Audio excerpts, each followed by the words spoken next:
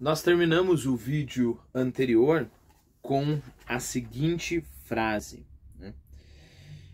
O mistério da fé em Jesus, simultaneamente razão e graça, existia já nessas longínquas origens e explodirá em toda a sua evidência nas horas dramáticas. E aí nós vamos falar sobre essas horas dramáticas, né? Lembre-se que grandes filósofos, posteriormente, entre eles, talvez o maior filósofo de todos os tempos, São Tomás de Aquino, vai explicar isso, né? A razão e a graça, né? Tanto é que se torna absurda, se torna infantil, se torna coisa de adolescente, né? De criança, você falar se a fé tem razão, ou se a fé é o correto, ou se a razão é o correto, né? Qual que é melhor, a fé ou a razão? Para um cristianismo maturo, essa pergunta é a mesma coisa que, sei lá, perguntar: você preferiria ter braço de espaguete ou ter voz de macaco, né? Esse tipo de coisa. É uma pergunta que não se faz, né? Por que não se faz? Porque a fé é a razão. E a razão que chega muito longe, ela chega à fé, né?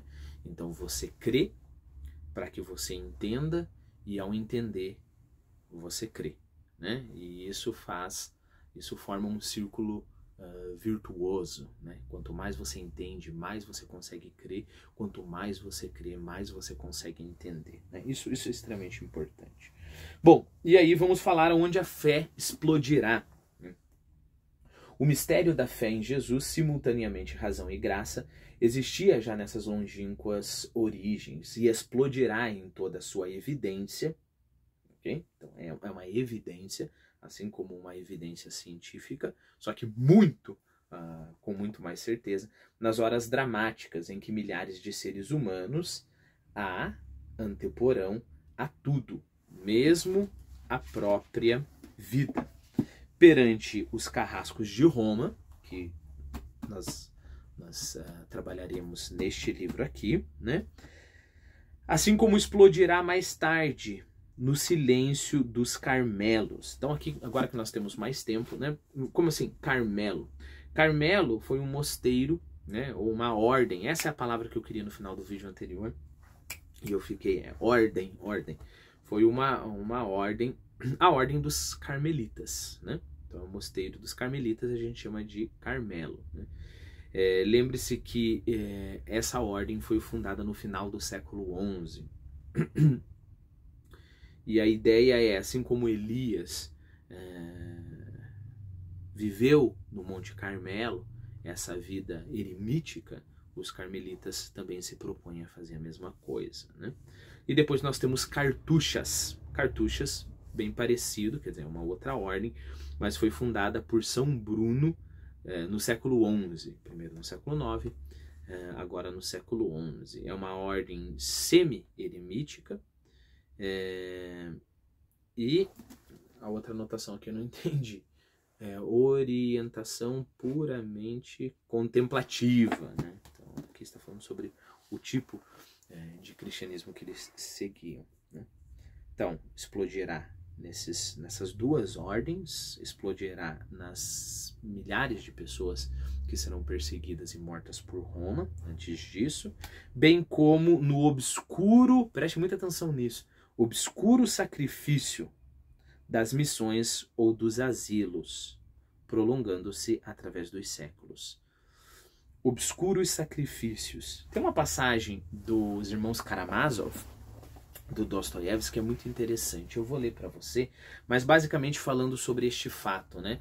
Às vezes você se sacrificar em algo dramático é muito mais fácil do que se sacrificar num obscuro sacrifício.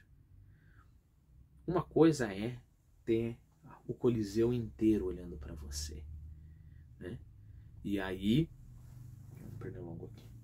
E aí, o Coliseu inteiro olhando para você. E aí, você é convidado a negar a sua fé e você não nega. E o céu se abre e você é devorado pelos leões, é um momento apoteótico, correto? Outra coisa é, se você faz parte de uma dessas ordens, a ordem dos carmelitas ou das cartuchas, você passar ano após ano, após ano, após ano, em uma vida, né, de renúncia, em uma vida eremítica, em uma vida ascética. Né? Outra coisa é você passar anos em um determinado aspecto, até mais difícil que as outras. Anos após anos, trabalhando, por exemplo, nos asilos.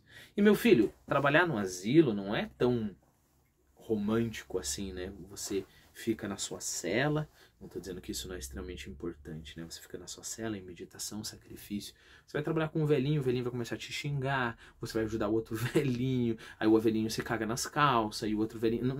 Não pensa, é muito glamouroso, fala assim, vou dedicar minha vida aos asilos, né? Tudo bem, mas e depois, dia após dia, semana após semana, mês após mês, ano após ano, se preocupando com essas questões. Olha, aquele velhinho lá precisa que passe creme nele. Olha, aquele velhinho ele fica babando direto, você tem que sempre limpar e colocar. Não é tão fácil assim, né? E olha que interessante essa passagem do crime castigo, dos irmãos Karamazov. Deixa eu ver se eu acho aqui. Eu tinha separado. Eu acho que eu achei. Ou talvez não. Achei sim. Ó.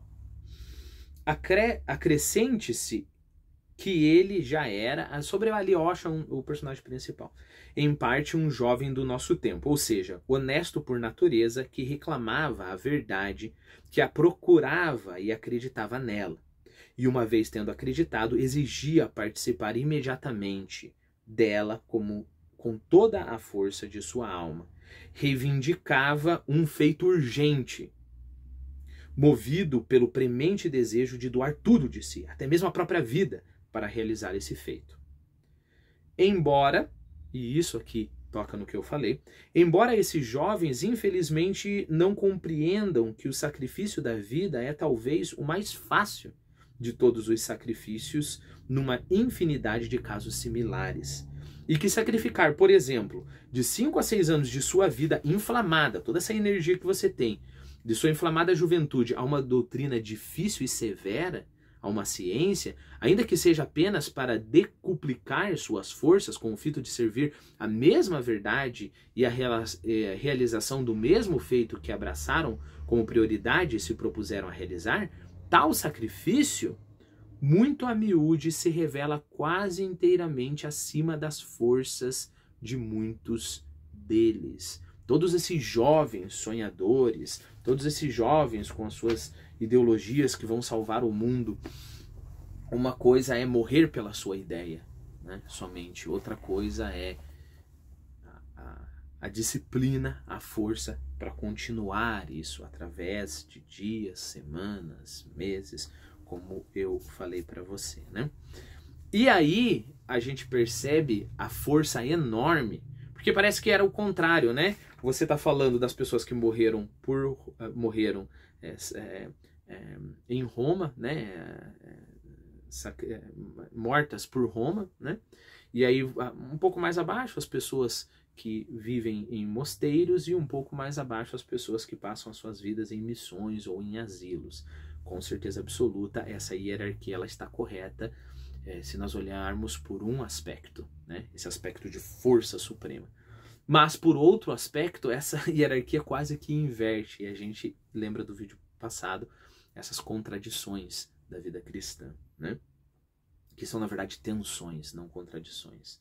Mais difícil você trabalhar com asilos e missões, depois em mosteiros e depois sacrificar a sua vida, porque requer uma disciplina e uma dedicação continuada. Okay? Esse foi um vídeo só de digressão. Próximo vídeo nós retornamos à leitura.